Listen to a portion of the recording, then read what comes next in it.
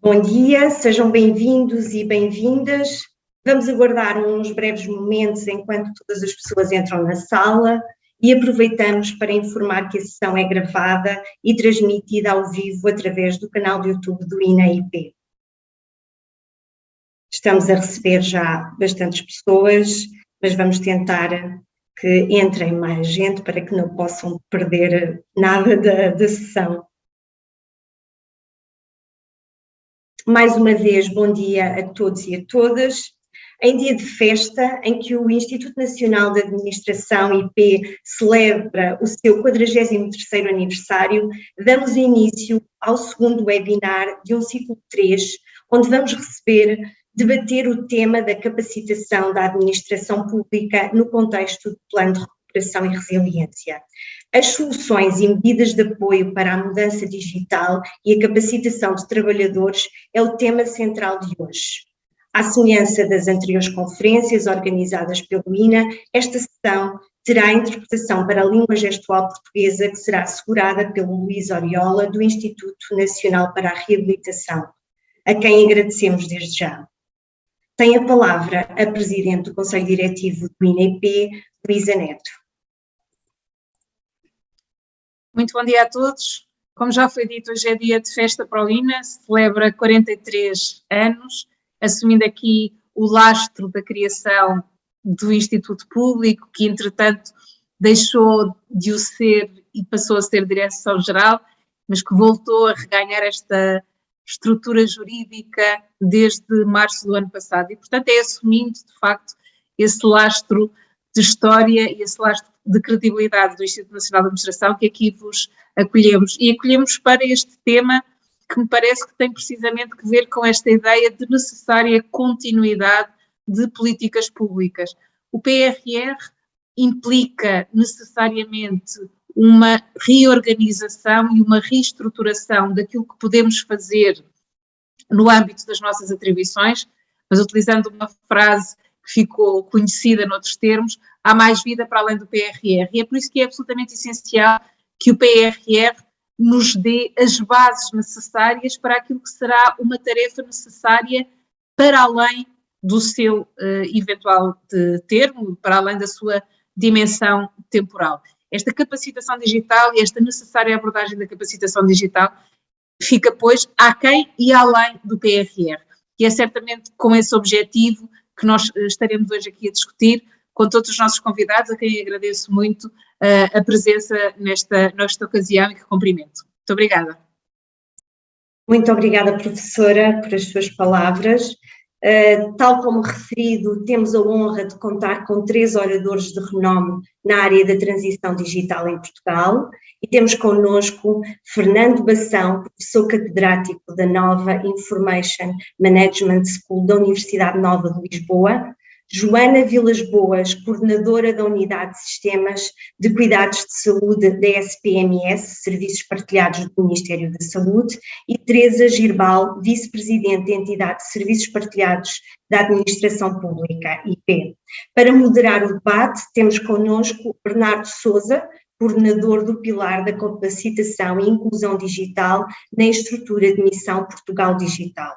Informamos que a sessão é gravada e transmitida em direto através do canal de YouTube do INA e as questões que os participantes queiram colocar devem ser feitas na ferramenta que têm no vosso ecrã em baixo, com a designação de QA, do English Questions and Answers.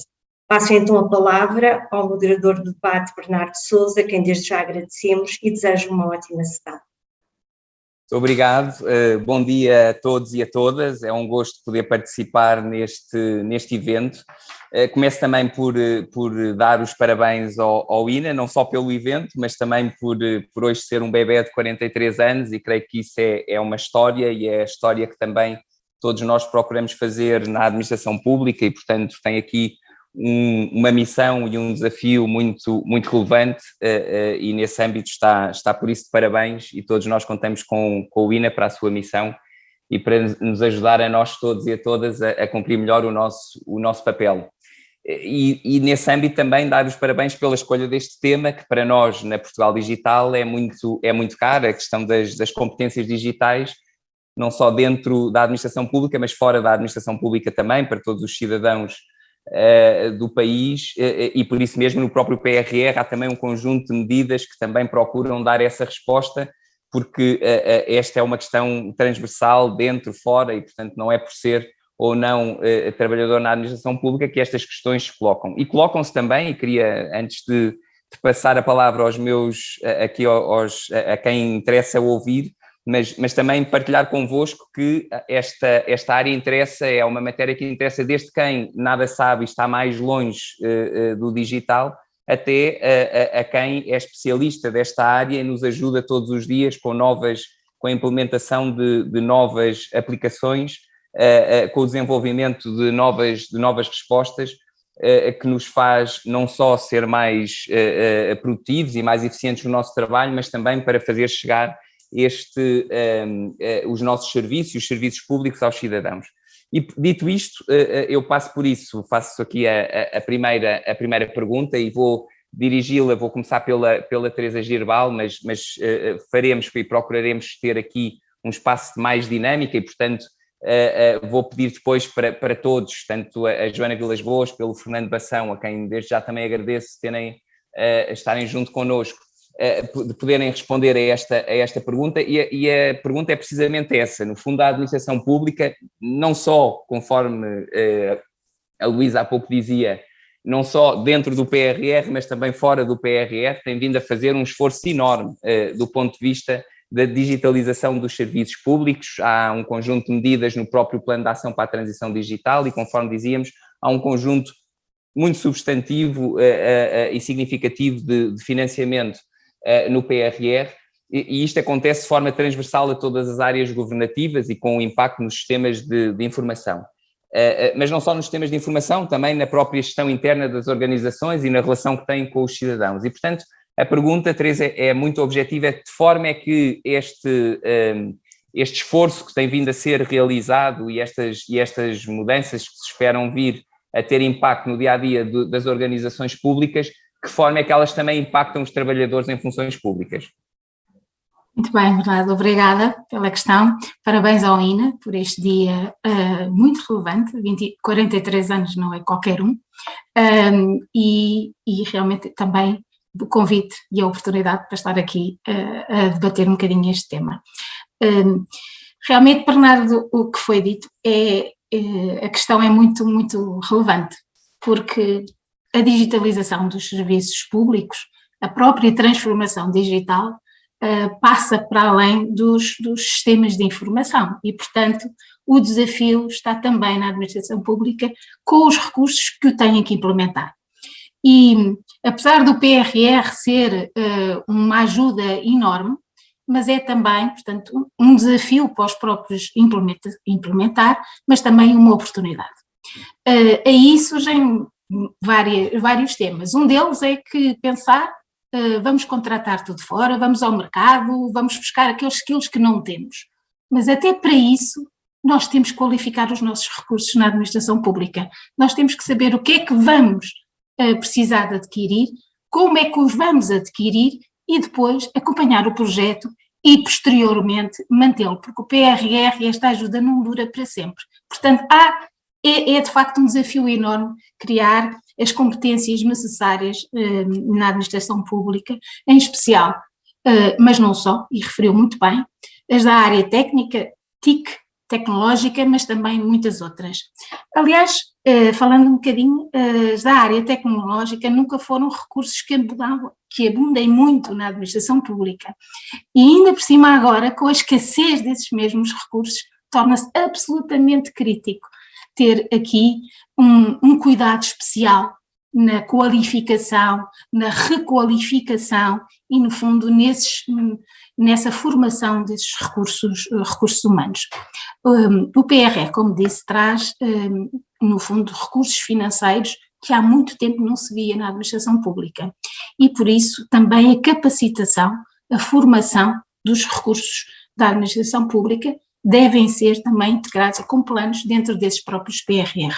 Nós, por exemplo, na ESPAP temos um volume elevado financeiro através do PRR e temos também todos os nossos projetos previsto capacitação. Portanto, desse ponto de vista, é algo que nós todos, em conjunto, na administração pública, temos que ter consciência, porque, primeiro, há que ter esses mesmos planos, qualificar para quê, o quê, e isso também está em processo. Eu dou um exemplo que me é caro, que é, por exemplo, a aquisição e a utilização de serviços cloud. É algo que no PRR vai ser cada vez mais importante, não só pela flexibilidade, pela agilidade, mas também por a forma rápida, ou mais rápida que temos para ter esses mesmos serviços. Ora, adquirir ou fazer uma boa aquisição de serviços cloud não é algo imediato ou fácil. Daí que, no âmbito do CETIC, do Conselho para a Tecnologia de Informação e Comunicação, tem e criou, no fundo, um plano, está a terminar um plano de qualificação e capacitação de recursos humanos para os serviços cloud. E são serviços, são áreas que não é só na área da concepção, da contratação, mas também na execução. Portanto, há áreas a vários níveis, são de facto áreas, e é neste tipo, eu dei apenas este exemplo, mas existirão outros, que nós nos temos que preocupar para, no fundo, preparar os nossos recursos para a própria transformação digital, que não é só digitalização, entre aspas, transformar a burocracia digital, mas sim transformar os nossos processos e, portanto, permitir a melhor utilização e prepararmos o país e a administração pública para os anos posteriores. Teresa, obrigado. Vamos tornar aqui a conversa mais dinâmica, e por isso eu vou pedir à Joana, para, nesta perspectiva da SPMS, que é muitas vezes dada como um exemplo de tudo aquilo que também está a acontecer no mundo digital e que nos chega, e que houve aqui uma aceleração grande, como é óbvio, nos últimos dois anos e meio, e portanto que efeitos e que impactos é que isto traz ao dia-a-dia de todas as pessoas que trabalham na área da saúde, Joana? Olá, bom dia a todos. Antes de mais, os meus parabéns à UINA e a toda a sua estrutura organizacional. Bom, pegando um bocadinho nas palavras daqui da doutora Teresa, é preciso termos em conta que a digitalização dos serviços públicos tem evoluído num sentido muito positivo, mas ainda há muito para evoluir, não é? Vejamos, por exemplo, no âmbito da pandemia, tivemos algumas medidas no sentido da evolução tecnológica, nomeadamente a questão da vacinação, em que o utente recebe uma mensagem e interage com a mensagem, a questão do certificado digital ali à mão na app ou no portal, tudo isso, se conseguirmos que os nossos profissionais, os nossos colaboradores façam e tenham o seu papel como cidadão, como utente, isto ajudará também a capacitá-los e a pensarem aquilo que têm que digitalizar e aquilo que têm que transformar e aquilo em que podem ser envolvidos e em que estão envolvidos efetivamente.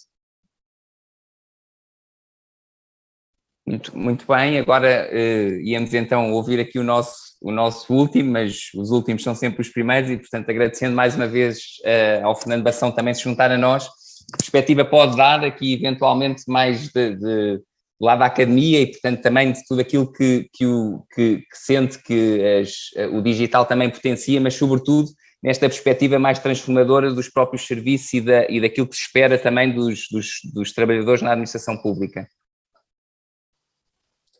Bom, bom dia, antes de mais também os parabéns ao INA pelo aniversário, o agradecimento pelo convite para estar aqui hoje, pois eu penso que as minhas colegas de painel já levantaram várias questões que me parecem muito relevantes.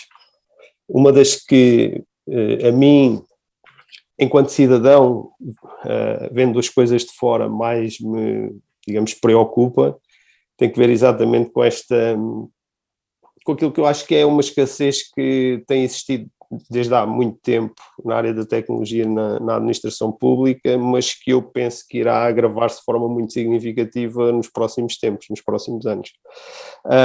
Isto tem múltiplas causas, mas certamente que uma das mais importantes teve que ver com a forma como a pandemia acelerou a possibilidade de trabalho remoto e, portanto, a administração irá sofrer com isso da mesma forma que as empresas portuguesas já estão a sofrer e a ver muitos dos seus recursos a trabalhar para fora, cá dentro, digamos assim, a terem a oportunidade de trabalhar para mercados muito mais competitivos e com um enquadramento salarial completamente diverso do nosso. E, obviamente, isto irá impactar significativamente a estrutura produtiva portuguesa e, obviamente, e se calhar de uma forma até mais violenta, a administração pública. E, portanto, isso parece-me a mim, talvez seja neste momento um dos principais desafios para quem está na administração com responsabilidades de levar à frente esta revolução que o PRR pretende implementar e que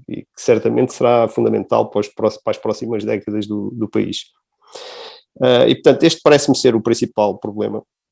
Eu acho interessante que a Teresa no início falou de uma coisa que também me parece muito importante, que é, se calhar a administração não precisa ter os recursos para desenvolver e implementar, mas é fundamental que tenha os recursos que sejam capazes de supervisionar desde a construção dos cadernos de encargos até ao acompanhamento dos projetos. E isto não é mais fácil de ter, pelo contrário, são recursos mais séniores, mais capacitados, com mais experiência, por isso tudo mais caros, e portanto acho que, digamos, este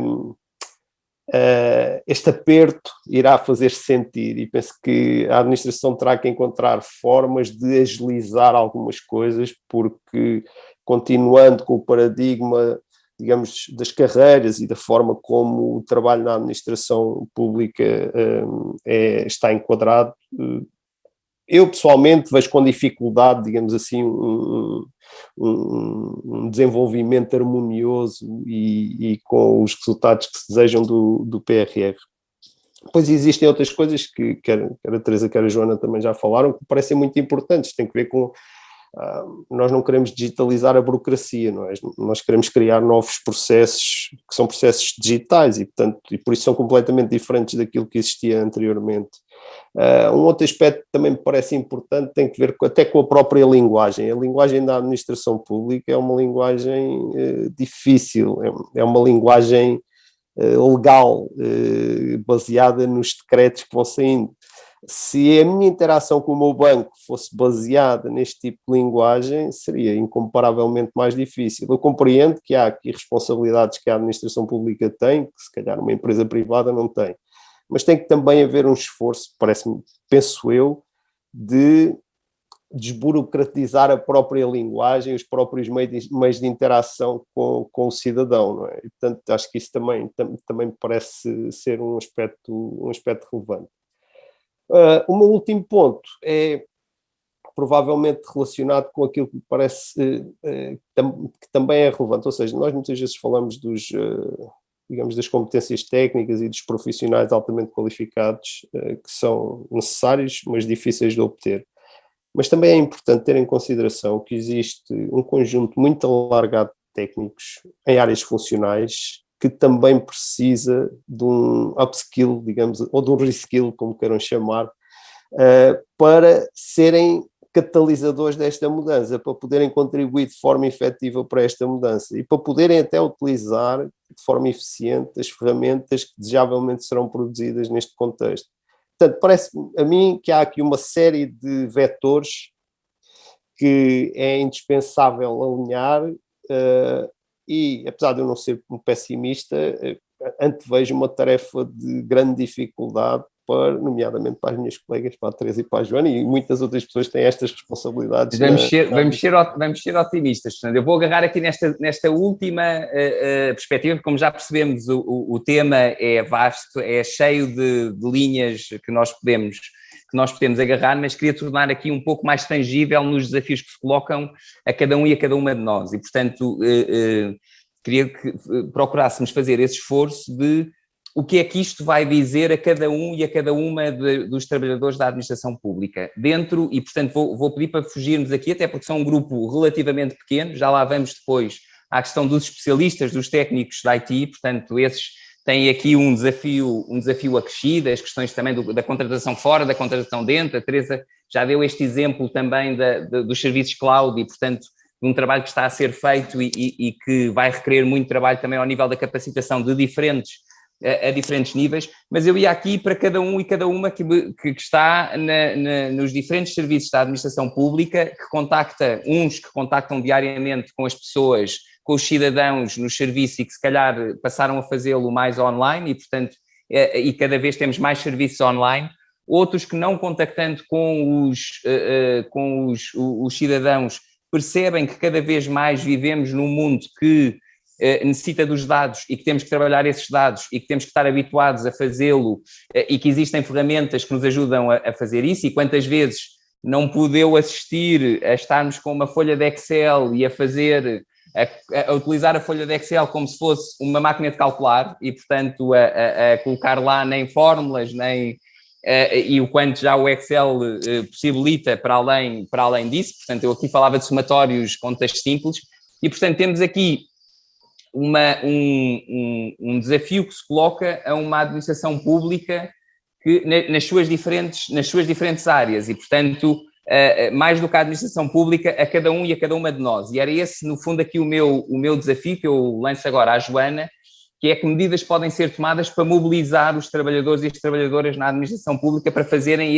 conforme o Fernando dizia, upskill, reskill, para no fundo utilizarmos o digital e aquilo que ele possibilita para sermos melhores trabalhadores, para no fundo conseguirmos prestar um melhor serviço ao cidadão e incorporarmos esse digital no nosso dia-a-dia. Isto não significa que passe tudo a ser digital e, portanto, não é isso que eu estou aqui a preconizar ou a dizer, mas que ele faz parte hoje em dia e que passamos muitas horas à frente do computador e que temos que aproveitar da melhor forma as aplicações e aquilo que é possível fazer, até a operacionalidade, a interoperabilidade das diferentes aplicações.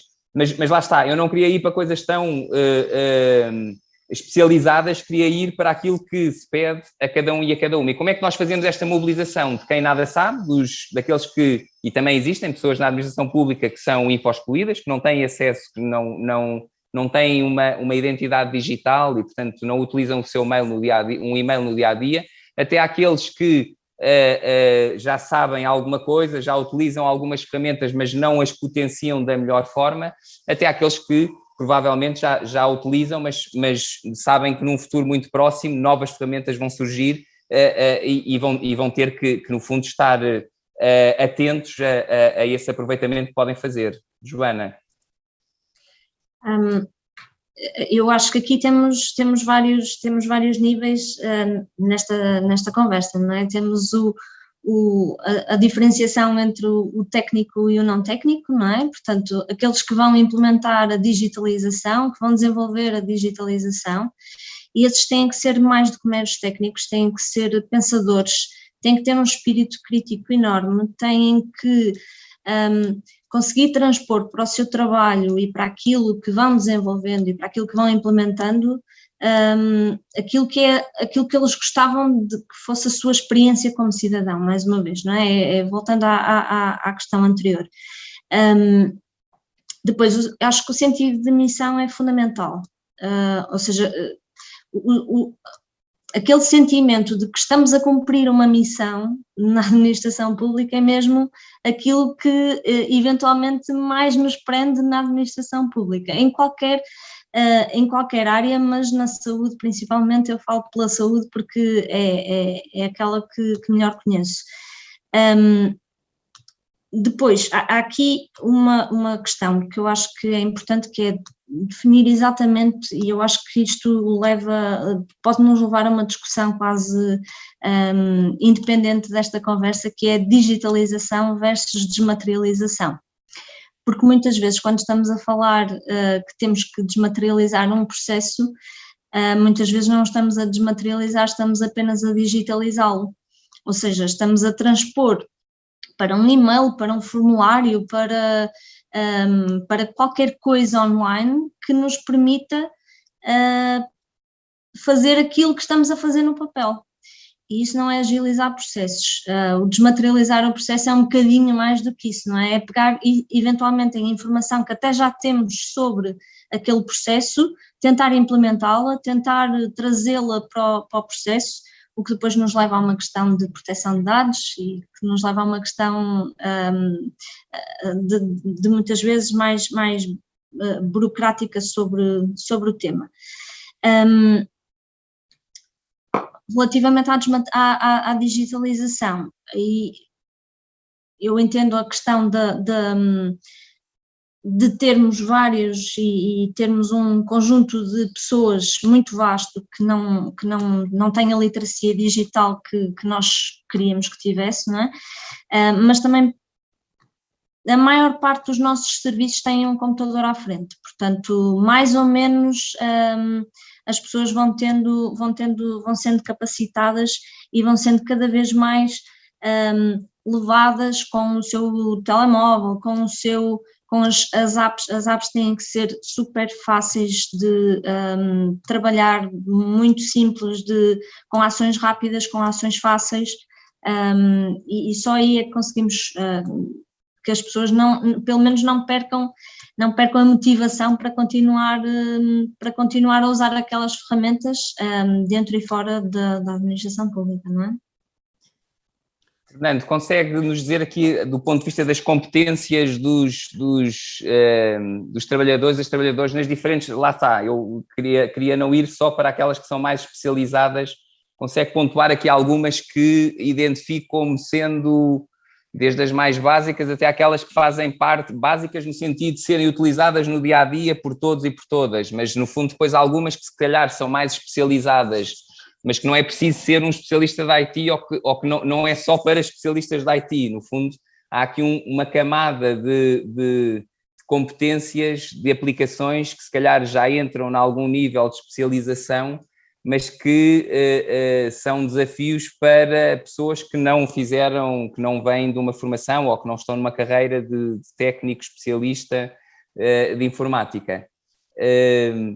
Consegue, Fernando, ajudar-nos a perceber melhor que competências é que estamos a falar? Bom, Bernardo, antes de mais, eu agora vou ser otimista, está bem? Vamos lá ver. Há muitas competências. Eu posso falar, se calhar, um pouco com mais detalhe da minha experiência pessoal na área. Eu ensino e trabalho essencialmente na área de ciência de dados e é nessa área que tenho trabalhado mais. E lembro-me de um exemplo muito interessante que eu acho que foi um exemplo de grande sucesso de um curso, neste caso, uma pós-graduação que nós fizemos em conjunto com a DGO, a Direção-Geral do Orçamento, que na altura tinha um projeto grande para construir um data warehouse e ter uma abordagem diferente ao processo da construção do próprio orçamento e por aí. E na altura nós tivemos, a DGO escolheu, propôs cerca de 20 e tal técnicos deles para fazerem esta pós-graduação. E foi um processo muitíssimo interessante, as pessoas estavam muito motivadas. Eu acho que o primeiro aspecto e o mais fundamental, aquilo que é o fundamento de todo o sucesso nesta área da formação, é a vontade que as pessoas têm de aprender e de se envolver nestes, digamos, no seu upskill, digamos assim, ou na obtenção de novas ferramentas. E como estava a dizer, neste caso, as coisas resultaram muito bem, as pessoas estavam entusiasmadas e eu penso que as competências que elas adquiriram neste contexto, obviamente não fazem delas data scientists, mas nem todos precisam de ser data scientists para poderem ser produtivos e fazerem parte desta revolução que aí vem. É relativamente simples conseguir compreender os fundamentos destas áreas e compreender como é que nós podemos promover e ser também um agente de mudança. Neste momento nós temos, na minha escola, temos estado a desenvolver várias propostas na área da formação, mais para empresas, mas que são igualmente aplicáveis à administração pública, que têm a ver com aquilo que nós designamos o Data Leader e o Data Driven Skills, ou seja, Data Leader é uma ideia de que as pessoas que estão nas áreas funcionais são os principais catalisadores de mudança, ou seja, eles conhecem muito bem os processos, conhecem muito bem a área e se eles tiverem capacidade para compreender como é que estas ferramentas, nomeadamente ciência de dados, machine learning e por aí, pode ajudar a tornar mais eficiente ou fazer as coisas de uma forma mais produtiva, eles ficam entusiasmados, eles sentem que fazem diferença e que podem fazer parte dessa mudança. E mesmo para aqueles que não têm posições de chefia ou de alguma relevância organizacional que possam levar para a frente estas iniciativas, mesmo para os técnicos, essa capacidade de compreender como é que estas coisas funcionam, na sua forma mais básica, não é para implementar nem nada disto, mas compreender, digamos, os fundamentos de como isto funciona, normalmente tem impactos muito significativos. As pessoas sentem, como digo, sentem-se, como se diz em inglês, empowered, capacitadas para poder participar, para poder fazer parte dessa mudança. Eu penso que, digamos assim, isto não está dependente do background das pessoas. É óbvio que há backgrounds mais favoráveis e outros onde é necessário um investimento maior, mas está completamente dependente da motivação que as pessoas têm para se entregar a uma nova fase de aprendizagem. E a experiência que eu tive neste caso, por exemplo, da DGO, foi muito positiva, porque as pessoas sentiram que o facto da DGO estar a dar essa oportunidade, ficarem com créditos universitários, poderem fazer mais algumas disciplinas e fazerem um mestrado e por aí, eles sentiram isso como um privilégio, um benefício para além do salário, digamos assim, uma forma de investir na sua própria educação e de adquirir competências que são fundamentais e importantes para o futuro. Portanto, resumindo, o que é que eu acho? Acho que há um conjunto de competências que eu diria que todas as pessoas técnicas, não estou a falar das áreas técnicas como de computação e informática, estou a falar de todas as pessoas que têm licenciatura, mesmo com um pouco menos do que isso, têm capacidade para adquirir. É uma questão da sua própria motivação, do seu próprio interesse em se envolverem nestas áreas. E, portanto, penso que por aí se pode fazer uma diferença muito significativa. Porque também gostava de dizer uma coisa, se estas pessoas não tiverem este tipo de formação, nós podemos ter laboratórios com data scientists de excelente qualidade e por aí, mas isso depois não vai ter o impacto ao longo da organização que seria necessário. Portanto, este elo é fundamental para que as coisas tenham algum tipo de consequência, digamos assim, para que a organização como um todo possa beneficiar e sentir a transformação, digamos assim, destas novas tecnologias. Portanto, agarrando nisso que disseste e estando completamente de acordo, eu sou defensor, também não fora estar na Portugal Digital, aqui de uma grande mobilização, de uma grande campanha interna dentro da administração pública de comunicação que nos mobiliza a todos e a todas para o digital, independentemente de qual for o ponto de partida. Aqueles que partem do ponto de partida onde têm mais conhecimentos de poderem, no fundo, garantir que avançam também nesse sentido, aqueles que não têm conhecimentos nenhuns, garantir que se mobilizam para o fazer. E para isso é necessário e fundamental perceber quais são as mais-valias, o que é que isso vai trazer para mim como cidadão, se calhar, antes de mais, mas também para mim como profissional e de conseguir fazer depois essa transferência para o dia-a-dia e para aquilo que são as funções que a pessoa desenvolve e executa. Mas para isso, e é uma das questões que também já foi colocada aqui no chat e que já foi enviada, é necessário criar programas, e eu sei, lá está, a Luísa Neto teve a oportunidade de dizer que existe, que o PRR tem também uma componente forte e existe esse programa e com certeza o INA terá aí uma palavra e um papel muito significativo a fazer, para o fazer, mas em todas as organizações é necessário uma visão e uma liderança ativa nesta matéria. E, portanto, a pergunta que eu vou fazer aqui à Teresa, e procurando ser aqui um bocadinho mais desafiante, e, portanto, aqui nós não encontramos isso em todas as organizações, Teresa, temos que ser honestos e, portanto, há umas que o fazem de melhor forma, há umas que fazem pior, há umas que nós às vezes não percepcionamos se têm essa visão ou se não têm essa visão, e portanto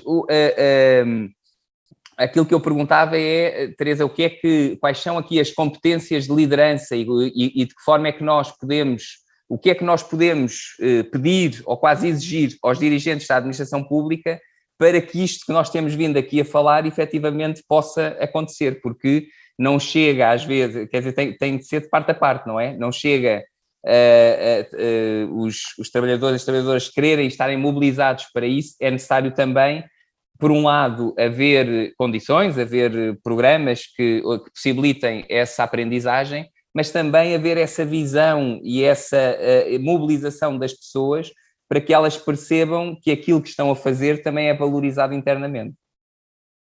Muito bem. Eu se calhar ia respondendo à questão, mas fazendo um ponto prévio, que é, na realidade, eu sei que as organizações são todas diferentes, mas há algo que é comum a todas, que é, na realidade, nós, quer queiramos, quer não, a pandemia, estes 2 últimos anos, ensinaram-nos muita coisa. E realmente mudaram muitos comportamentos. Portanto, se há coisa que mudou, e então eu falo, se calhar de uma forma ainda mais visível e pragmática, em relação à administração pública.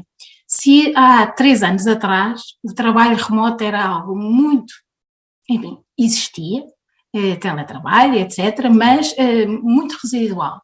E principalmente o trabalho híbrido ou a colaboração híbrida. Portanto, as pessoas foram, de facto, aprendendo por necessidade, ok?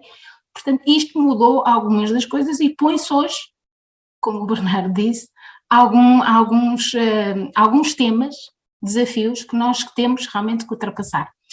As próprias pessoas, portanto, eu acredito, quer dizer, existem pessoas que são info-excluídos. Na administração pública também os existem, mas na realidade a maior parte das pessoas hoje sabe usar um telemóvel, um smartphone, a maior parte delas, sabe ir até sites públicos, o IRS, por exemplo, temos que o fazer, não é? Todos nós que trabalhamos, portanto, há aqui algumas competências que não houve formação, mas as próprias pessoas levaram a a investigar e, no fundo, a tentar aprender. Portanto, tudo isto leva a que, até hoje, a forma de liderar ou gerir é diferente. Portanto, é diferente nós gerirmos, é diferente gerir alguém apenas por um horário, das 9 às 5, ou, por exemplo, gerir alguém pela entrega, por aquilo que entrega, por aquilo que lhe é pedido. E, portanto, também aí é diferente. E põe-se hoje essa questão do ponto de vista da administração pública. Nós temos, de facto, que traduzir aquilo que pretendemos, mas também a forma como o pretendemos. Portanto, é preciso também dar formação aos dirigentes e aos líderes, mesmo que não sejam dirigentes, mas sejam team leaders, portanto, aos líderes das organizações, que ajudem os próprios trabalhadores, funcionários, a cumprir com aquilo que lhes é pedido. Portanto, para além, e aí, e estamos no sítio certo, estamos no INA, portanto, estamos no fundo num instituto de formação por excelência. Portanto, nós temos que, de facto, criar não só ferramentas e no fundo, formações, capacitação nas áreas tecnológicas, mas em muitas outras áreas. O World Economic Forum disse que realmente, ou pelo menos prevê, que as competências, as 5 competências predominantes serão capacidade analítica, criatividade, flexibilidade, espírito crítico e gestão de conflitos. Seria bom nós também ajudarmos os nossos próprios colaboradores nestas áreas, e não são digitais, são áreas que nos vão ajudar a no fundo, implementar tudo isto. Assim como, e falou-se já aqui muito, não precisa, em alguns casos temos realmente ensino superior, portanto licenciaturas, mestrados, etc., mas há muita formação que é necessária hoje e não é para ser especialista em informática, mas que nos permite ter essa formação para poder continuar a evoluir e a implementar projetos. E, portanto, sem dúvida, e também da mesma fonte, nos diz que nos próximos 5 anos, mesmo aqueles trabalhadores, para manter as suas funções core, cerca de metade, um pouco menos, vai ter que fazer algum update às suas competências, um reskilling, no fundo é uma requalificação. Portanto, é tudo isto que nós, como responsáveis dessas mesmas organizações, temos que ter em conta. Portanto, temos que ter, de facto, criar planos de formação, e não são só para as TIC. Portanto, são planos de formação dos nossos recursos, também na área das TIC, na área, na área tecnológica, mas em todas as outras áreas. Eu gostei muito de ouvir aquilo que o Fernando referiu em relação à DGO, é realmente isso, é fundamental, as pessoas querem aprender, querem se adaptar, portanto, querem desenvolver, querem estar envolvidas, mas nós também temos que ajudar, e portanto temos que dar essa formação, essa oportunidade, e no fundo ajudar os nossos dirigentes a liderar verdadeiramente e a dar essas condições e a gerir os recursos como se hoje, no fundo, se exige, que é diferente do que era, não é preciso ir muito longe, há, por exemplo, 3 anos atrás.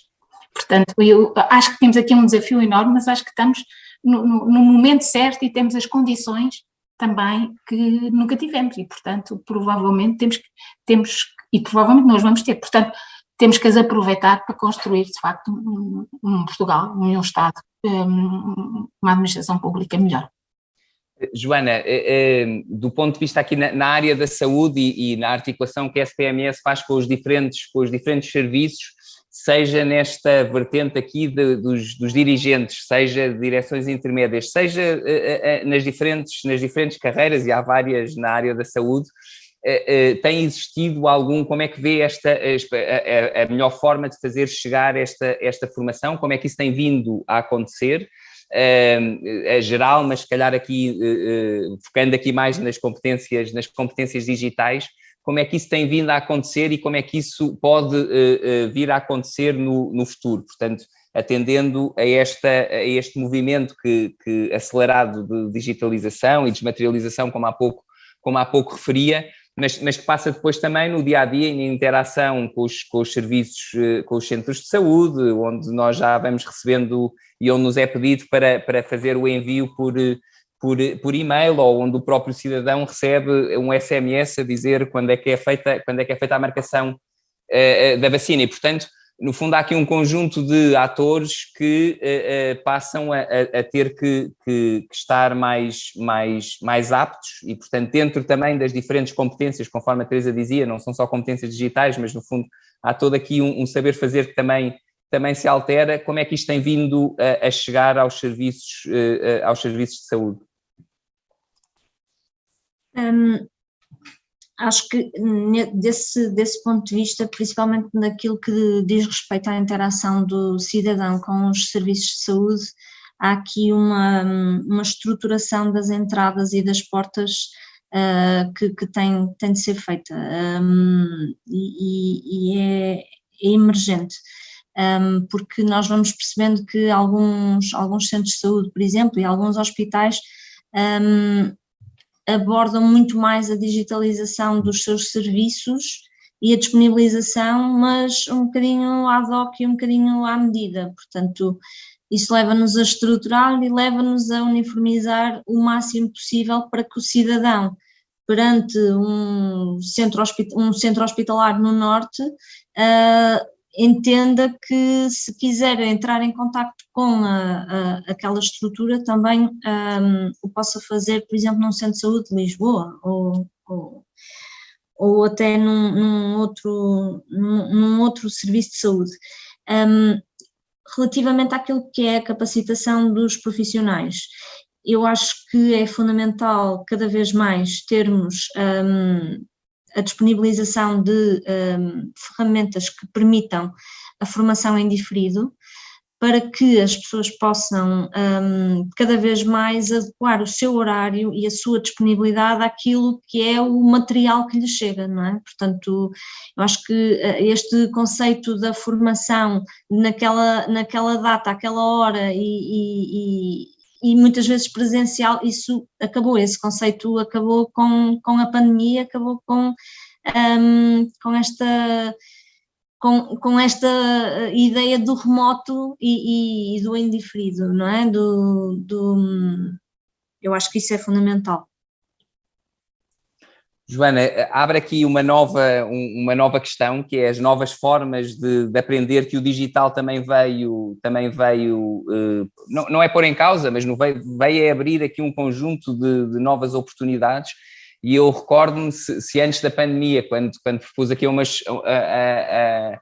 uma equipa, umas colegas que fizessem uma formação online, na altura não foi bem, estranharam. Eu creio que com a pandemia isso já não aconteceria e, portanto, seria o mais óbvio para facilitar precisamente aquilo que há pouco referia. Volto a dizer, não quer dizer que tenha que acontecer tudo no digital. Mas ia perguntar ao Fernando que no fundo, dá-nos a perspectiva daquilo que está a acontecer também hoje na academia e de novas formas de aprendizagem mais híbridas. Não vou aqui ao plano da escola digital e, portanto, que também remete para outros desafios que estão a acontecer nas escolas por todo o país, mas nesta formação de adultos e de trabalhadores e trabalhadoras tem sido algo que, conforme dizia a Portugal Digital, em conjunto com outras entidades como o Instituto de Emprego e Formação Profissional, também tem pensado para todos os trabalhadores e trabalhadoras, não só para dentro da administração pública, mas no fundo estas questões destas novas formas da distância, do self-paced ou instructor-paced, e portanto no fundo quando já somos nós próprios a fazer aqui o caminho, ou se é ao mesmo tempo ou não. Fernando, como é que acha que isto vai se desenvolver? Quais é que são os desafios que se colocam para no futuro ao nível da aprendizagem? Mas também para as organizações, não é? Quando estamos a pensar e a planear as formações dos nossos trabalhadores e dos nossos colegas, como é que nós o devemos fazer, não é? Portanto, quais é que são os recursos que temos que pensar para isto poder acontecer da melhor forma? Bom, obviamente é uma pergunta difícil. As coisas mudaram muito nos últimos 3 anos, obviamente. Todas as universidades, como todas as outras instituições de ensino, têm andado à procura de uma fórmula certa. A minha perspectiva é que as coisas não serão iguais àquilo que eram no passado, mas continuará a haver ensino presencial em muitas circunstâncias. Continuará, vamos dizer, aprender é também uma atividade social, não é? E é um aspecto fundamental. A interação com os pares é um aspecto fundamental da aprendizagem. Eu não quero com isto dar a ideia de que eu sou um bote de elástico e que acho que o digital não vai ter. Eu acho que o digital vai ter um papel muitíssimo determinante no futuro da aprendizagem. Aliás, hoje em dia já tem, não é? Porque tudo aquilo que nós quisermos aprender, muito dificilmente não o encontramos no YouTube ou nesses recursos que existem por aí. Portanto, continuará a ter. Há um tema, como digo, que me parece importante, que é essa componente social da aprendizagem, de interação com as pessoas, de viver as dificuldades que inevitavelmente aparecem num processo de aprendizagem, e interagir com aqueles que estão na mesma circunstância e por aí também arranjar mais motivação e mais força para continuar. Portanto, acho que sozinho, com o computador à frente, as coisas tornam-se mais difíceis. O que é que eu quero dizer com isto? Quer dizer que em determinadas circunstâncias ter aprendizagem tradicional, presencial, acho que pode ser muito importante, e depois provavelmente para módulos mais pequenos, coisas mais específicas, haver esta aprendizagem assíncrona, com acesso a recursos e com acesso também a instrutores que possam ajudar. Há uma coisa que a mim me parece muito importante neste contexto, que é o seguinte: como eu disse há pouco, a maior parte dos recursos é livre. Na verdade, nunca na história da humanidade aconteceu o que acontece hoje, que é, se eu quiser aprender qualquer coisa, eu posso, não preciso pedir licença a ninguém, nem pagar nada a ninguém, posso aprender. No entanto, há uma necessidade que me parece importante, que é a entrada inicial numa área desejavelmente deve ser feita de uma forma organizada, e esta organização deve ser essencialmente pensada para dar autonomia ao aluno, ao aprendente, para depois prosseguir o seu processo de forma mais independente. O que eu quero dizer com isto é que parece-me indispensável que, nomeadamente nestes temas, estamos aqui a falar dos técnicos especializados mais relacionados com a área da transformação digital e por aí. Penso que é indispensável haver, digamos, um currículo inicial que seja adequadamente organizado e que lhes permita ganhar, por um lado, autoconfiança e, por outro lado, também a capacidade para progredir sozinhos nesta área. E depois desse primeiro esforço estar completado, eu penso que há múltiplas formas de o fazer, assíncronas, sem qualquer relação com entidades de ensino. Portanto, há múltiplas formas de desenvolver isso. Eu gostava só de chamar a atenção para duas coisas já agora.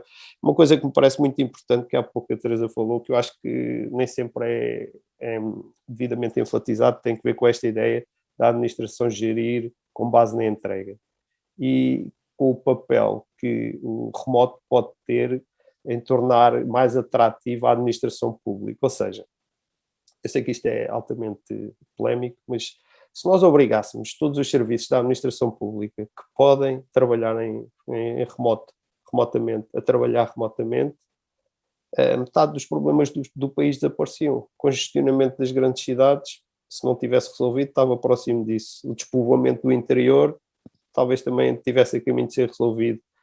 O problema do carbono seria largamente mitigado.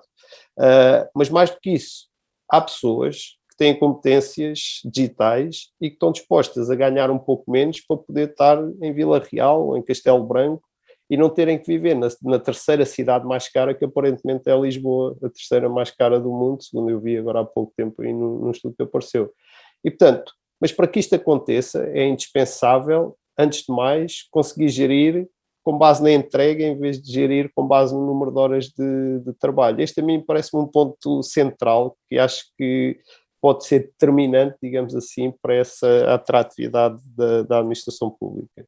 E só um último ponto, Bernardo, se ainda tiver tempo, é que nós não nos podemos esquecer que Portugal, tanto quanto eu sei, é um dos países europeus onde o desemprego jovem é mais significativo e, portanto, isso significa que nós temos aqui um potencial de jovens que se calhar não tiveram a formação mais adequada para participar nesta transformação digital que todos nós pretendemos realizar, mas que provavelmente têm essa vontade e se tiverem os meios para colaborar e para participar, têm esse interesse e essa vontade. E, portanto, tentar, eu não vou dizer reaproveitar, porque isso não faz sentido num jovem por aí, mas tentar integrar estes jovens nesta tarefa, nomeadamente no contexto da administração pública, parece-me ser uma das áreas com maior, digamos, potencial para o futuro. Porque há muitos miúdos que não conseguem trabalhar, por isso simplesmente fizeram uma escolha menos boa quando foram para a universidade. E acho que isso é trágico e não faz sentido. Muito bem, Fernando, obrigadíssimo. Acho que traz aqui abre aqui mais algumas questões e o potencial da própria... Deste movimento e daquilo que as competências digitais permitem. Já tínhamos falado há pouco do trabalho à distância, deu aqui um conjunto de exemplos daquilo que isso permite e daí eu há pouco ter referido também daquilo que tem que ser as alterações ou daquilo que tem que ser o impacto também na forma de trabalhar e isso implica com certeza aos dirigentes e, portanto, no fundo, a própria organização interna e referiu aqui bem uma organização mais direcionada para resultados às vezes, e os resultados não são as horas trabalhadas, conforme referi. Eu creio que isso é um movimento que deve cada vez mais acontecer, já vão existindo alguns programas, eu creio que nem todos eles às vezes têm a resposta que nós estaríamos à espera, e portanto temos que continuar com certeza a trabalhar os mesmos.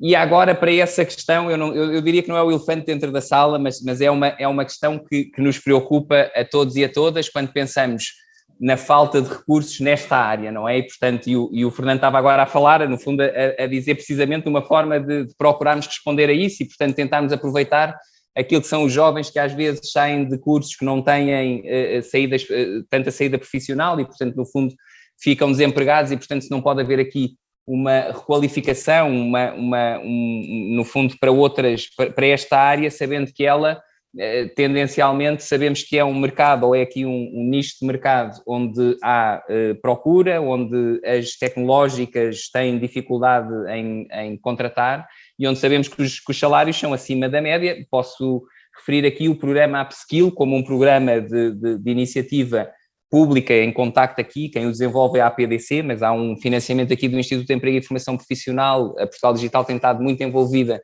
também nesse programa, de procura precisamente de pessoas que estão em situação de desemprego ou de sobreemprego, numa área que não é de programação, de tecnologia, de engenharia, poderem fazer essa conversão com uma formação intensiva numa instituição de ensino superior de 6 meses e com um estágio ou uma formação em posto de trabalho de 3 meses e depois serem integradas numa empresa que sinalizou essa vaga e essa necessidade logo no início. Teresa, isto é algo que é possível trazer para a administração pública, seja do ponto de vista da integração de pessoas que estão em situação de desemprego, seja de pessoas que se queiram elas próprias dentro da administração pública dizer, bem, eu tenho aqui uma oportunidade na área tecnológica e, portanto, posso fazer uma formação deste tipo e com isso saltar para outra carreira. Isto é algo que é possível pensarmos e discutirmos ou na administração pública, dada a sua maior aqui, burocracia, temos mais dificuldade em pensar aqui um bocadinho fora da caixa e desenvolver este tipo de programas? Bernardo, eu responderia, não só é possível, como nós, inclusivamente, a ESPAP participou no programa da Upskill. Portanto, mas nem todas as entidades da administração pública o podem fazer como nós. Nós temos também aqui uma gestão empresarial, o que nos permite poder, no fundo, colaborar dessa forma. Mas são programas absolutamente essenciais. A nossa colaboração, portanto, a nossa participação no programa da Upskill foi realmente um sucesso. Portanto, e é exatamente isso, quer dizer, não só alguém que tenha realmente uma licenciatura ou portanto, não sente satisfeito com aquilo que está a fazer, ou com as saídas profissionais, ou o que for, e vê oportunidade, por exemplo, nestas áreas tecnológicas, e que pode fazer. E, portanto, eu acho que o programa foi, de facto, muito bem pensado, dá os tais 6 meses na academia, dá a tal formação estruturada que o Fernando falava, portanto, no ensino superior, o que é realmente muito bom, e depois tem um estágio prático na empresa, ou neste caso na entidade da administração pública. E isso permite também para a própria empregadora, portanto, o potencial empregador, verificar, no fundo, a sua apetência para aquilo que precisa desse recurso e o próprio recurso perceber se é realmente aquilo que quer vir a fazer ou não. Porque uma coisa é estudar e pensar, outra coisa é pôr as mãos na massa. E, portanto, na realidade, esse estágio prático serve para ambos os lados, portanto, para a própria entidade empregadora, assim como também o próprio recurso. E depois, se houver um casamento feliz, ou seja, há potencial, ou seja, não esperamos que uma pessoa que tenha feito uma formação de 6 meses mais um estágio de 3 seja um super especialista, não é? Portanto, temos que moderar aqui, mas também é preciso ensinar, é preciso aprender, é preciso dar tempo para que isso aconteça. E, portanto, nós também, como empregadores, podemos também contratar com mais alguma segurança e até já mais adaptados quando passam para essa contratação. Portanto, isto respondendo, do ponto de vista da administração pública, é possível e eu acho que é desejável em todas as entidades que o possam fazer. Agora, na realidade, e como disse o Fernando, existe ainda muitas entidades na administração pública que não têm esta facilidade, portanto, não contratar para a administração, como para funcionário público, ou por exemplo uma direção-geral, etc., torna-se mais difícil, mas acho que valeria a pena ver um programa, uma adaptação do mesmo género para as outras entidades da administração. Acho que é de facto uma saída e uma alternativa realmente para ir buscar e para formar recursos nestas áreas tecnológicas.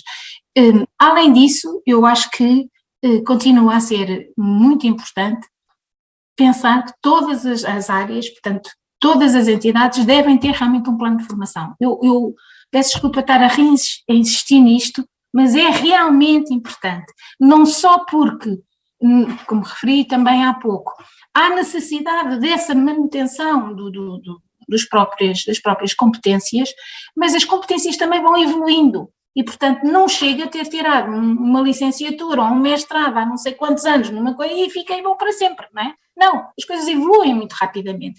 E, na realidade, eu volto a referir, a questão da pandemia também nos trouxe aqui, eu também não sou apologista de tudo online, ok? A formação, concordo inteiramente com aquilo que disse o Fernando, devemos, de facto, ter aqui um meio termo. Há coisas que na área presencial não se consegue no digital. Mas como a Joana disse, tem aqui muita flexibilidade. Nós mesmo em formação,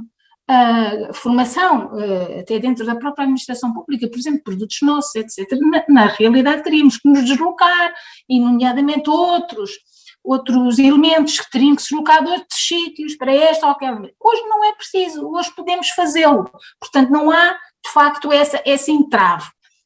Pronto, tem que se pôr em análise custo-benefício, não é? O que é que eu consigo trazer e o que é que eu consigo dar, mas pronto, depois dessa análise, muitas das vezes é possível ter essa formação, de facto, online. Por outro lado, as pessoas estão mais alertas, porque o facto de haver também formação disponível online leva também a que exista mais iniciativa do próprio, e vou buscar, também vou tentar e vou-me formar ou vou aprender isto ou aquilo, e isto depois pode significar que se calhar depois vou aprofundar essas competências, provavelmente de outra forma, ou até mudar de carreira, ou o que for. Portanto, há aqui no fundo, muita matéria-prima para que de facto nós possamos fazer diferente. Há é que encarar e fazê-lo diferente e ter coragem e mudar aquilo que temos que mudar, não é? Portanto, um upskill mais para a administração pública em geral, eu acho que era excelente.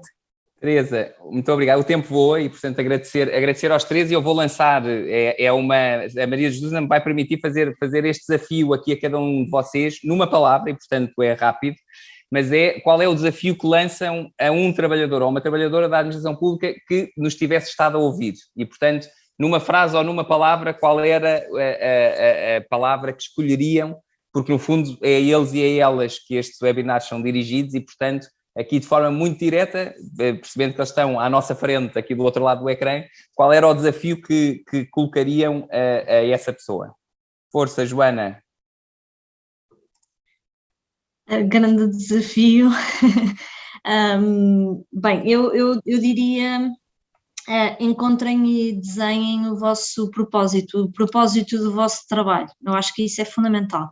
Conhecermos o propósito do nosso trabalho é meio caminho andado para não nos desmotivarmos. Obrigada. Bem, Fernando, obrigado, Joana, e obrigado também por esta participação.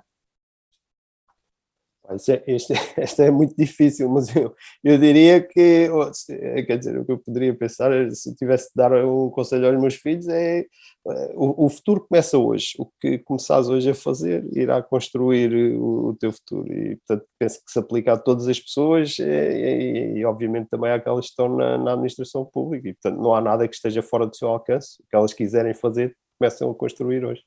Fernando, obrigado. Teresa. Eu se calhar só acrescentava, portanto, além do desafio que foi colocado, é cada um que veja o que é que tem que fazer para chegar lá, para conseguir realmente chegar a esse mesmo, a sua ambição.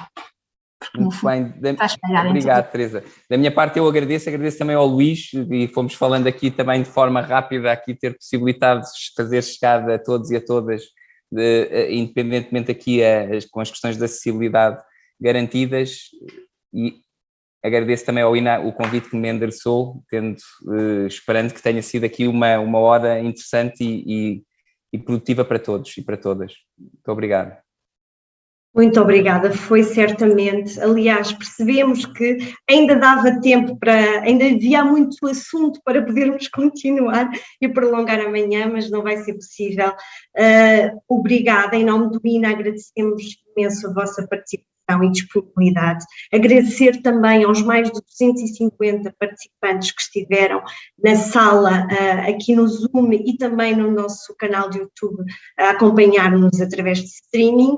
Agradecer a todos os distintos convidados. Vamos agora partilhar a tela para lançar um inquérito de avaliação sobre esta conferência. E agradecemos imenso a vossa participação em responder.